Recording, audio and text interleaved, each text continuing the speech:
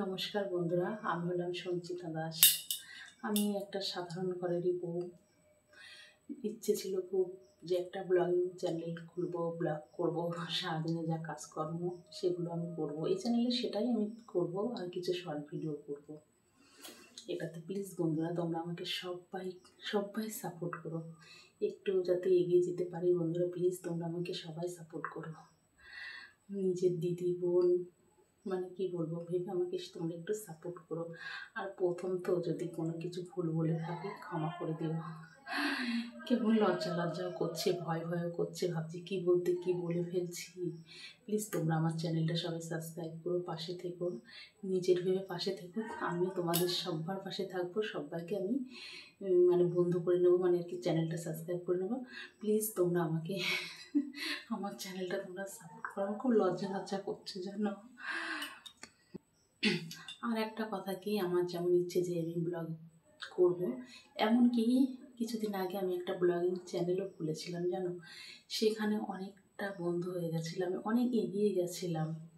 হঠাৎ কিছুদিন আগে আমার চ্যানেলটা বন্ধ হয়ে যায়। চ্যানেলটা বন্ধ হয়ে গেছে, কিছু বন্ধু তো বললাম হয়ে গেছিল, সবার সাথে ভালো বেশ একটা পরিচয় হয়ে গেছিল জানো।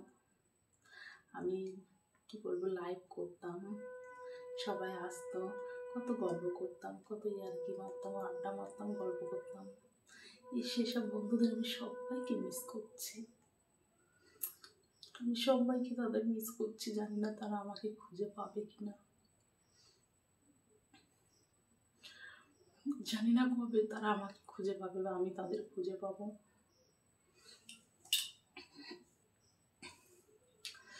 আমি এই যে এখন ঠাকুর ঘরে আছে জানো, আমি সকালবেলা সংসারের কাজকর্ম করে ঠাকুর ঘরে চলে আসতাম, এসে ব্লগ শুরু করতাম। ওইসব কথাগুলো মনে পড়লে আমার খুব কষ্ট হচ্ছে। আমি পুজো করতাম, সবাই আমার পুজো দেখতে ভালোবাসতো, কত সুন্দর সুন্দর কমেন্ট করতো, আমাকে কত টাইম দিত, ঘন্টার পর ঘন্টা। কেন যে আমার চ্যানেলটা বন্ধ হয়ে গেল আমি বুঝতে পারলাম না, জানো বন্ধুরা। এমনকি আমি মানে যেখান থেকে যে ফোনটার থেকে আমি ব্লগ চ্যানেল করতাম, ওই ফোনটা তো আমার চ্যানেল পড়ে গেল, মানে বন্ধ হয়ে গেল। তারপরে মানে খুব তো শখ, ওখান থেকে আমি একটা রান্নার চ্যানেলও খুলেছি, সঞ্চিতার টেস্টি রান্না। প্লিজ আমি এই ভিডিওতে একটা কমেন্ট করে দেবো, তোমরা সবাই দেখো। তারপরে ব্লগ তো করবোই, মানে খুব ইচ্ছে, তাই এই ফোনটার থেকে আমি ব্লগ ভিডিও বানাবো। সারাদিনে যা কাজকর্ম বললাম তো তোমাদের সবটাই আমি তুলে ধরবো, এমনকি শর্ট ভিডিও বানাবো। একটু লজ্জাও করছে তো, ওটাতে একটা অভ্যাস হয়ে গেছিলো জানো। ওটাতে কথা বলতে, সবার লাইভে কথা বলতে, মানে গিয়ে কথা বলতাম বা আমার লাইভে আমি কথা বলতাম, একটা অভ্যাস হয়ে গেছিলো। এখানে আমার একটু লজ্জা করছে। যাই হোক বন্ধুরা, এইটুকুই বলার। প্লিজ আমাকে সাপোর্ট করো, আমার চ্যানেলটা সাবস্ক্রাইব করো, আমি যাতে একটু এগিয়ে যেতে পারি, আমাকে একটু আশীর্বাদ করো।